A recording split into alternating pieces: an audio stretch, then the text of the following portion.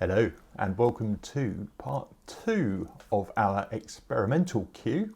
If you would like to comment and contribute, you will need to do it fairly quickly after each video is posted. So if you press the subscribe and like button, you'll find out when these come out. You can leave a comment and I can add it in, as you're about to see, because we're going to try an idea that Jim suggested after part 1, and that was to use 5/4 timing to make it even more experimental in the middle section.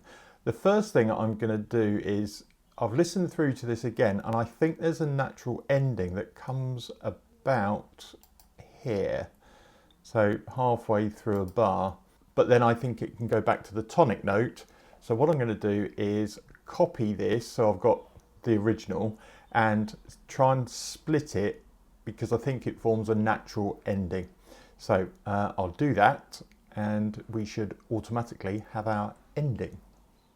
Good news, we have an ending. As you can see, what I did was copied the first section we had, cut it at that point, moved all these out the way, and then just tagged on an ending tonic note. So it now ends like this.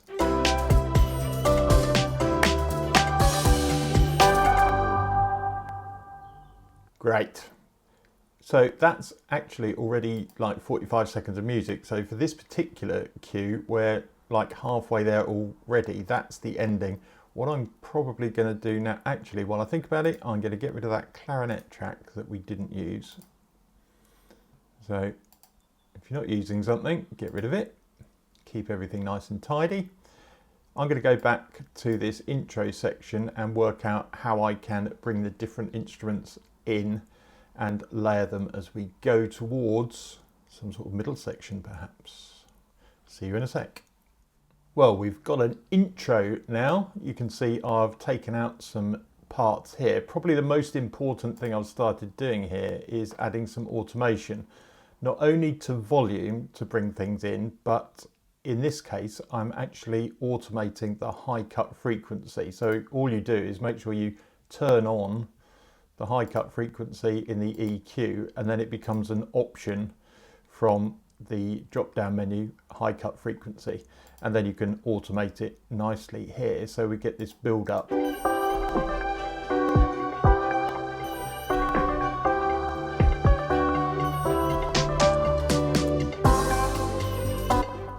Which works quite nicely. The other thing I have done is changed the melody ever so slightly in this second part. If I zoom in, you can see the first time round these notes drop down, but the second time round I move them up, which gives it a slightly more finished sound to it, I think.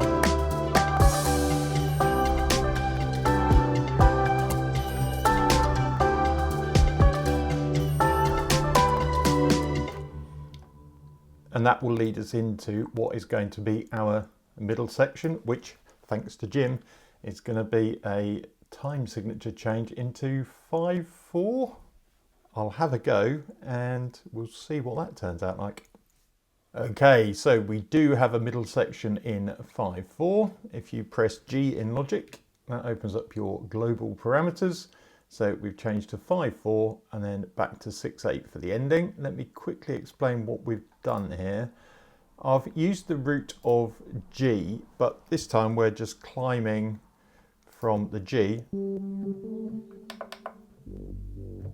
A, B, C, and the chords that go with that are sevenths or major sevenths. So we start on a G, A minor dominant 7,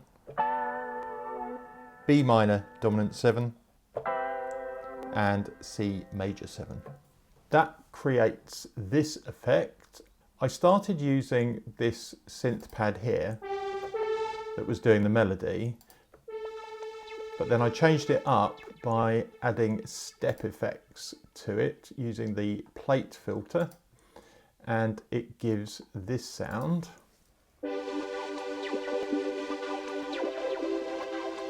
Which, in the spirit of being experimental, seems to work quite well.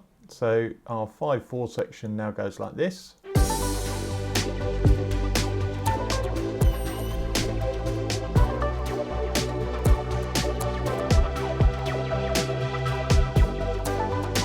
And what I've done is automated that filter to change as this goes on to give it a bit of interest as we build towards the end. And then we've got a short gap, which I think I'm going to have to automate the volume down because that particular filter rings out quite a long time. So I might need to just cut that down. Then I've actually used it again in the end section, so it's different from the beginning, and I've dropped the original synth much lower in the mix. But we've still got those sparkles from the filter. All going well. I think all I need to do now is add some transition elements which seem to be missing. Have a look at that edit point there and see where we get to. See you in a minute. Well, there we go. I've now got some transitions in from Damage 2. We've got short reverses and whooshes, and down there the long reverses and whooshes. Pop those in to give us an intro and some transition points here.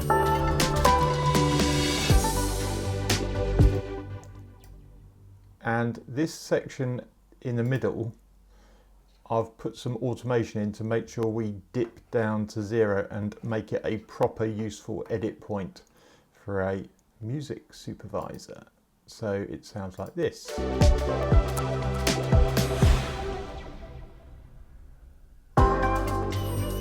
then comes back in. I could do another build here and copy this entire section out again. I don't think we need to. That was a chopped off bit we can get rid of. We've got a 1:30 cue. All I need to do now is make sure that it sounds all right. Let me check that.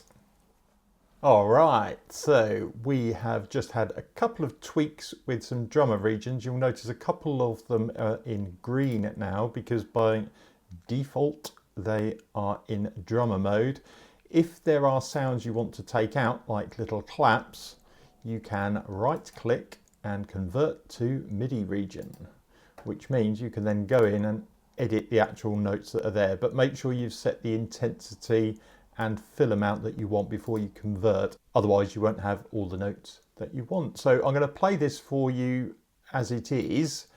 The next session we are going to mix and master it into our stems with any reverb that we want. It's actually sounding pretty good to me at the moment. I think we're only going to need a light touch on that. Don't forget, like and subscribe is always appreciated, and see you in the next one. Bye for now.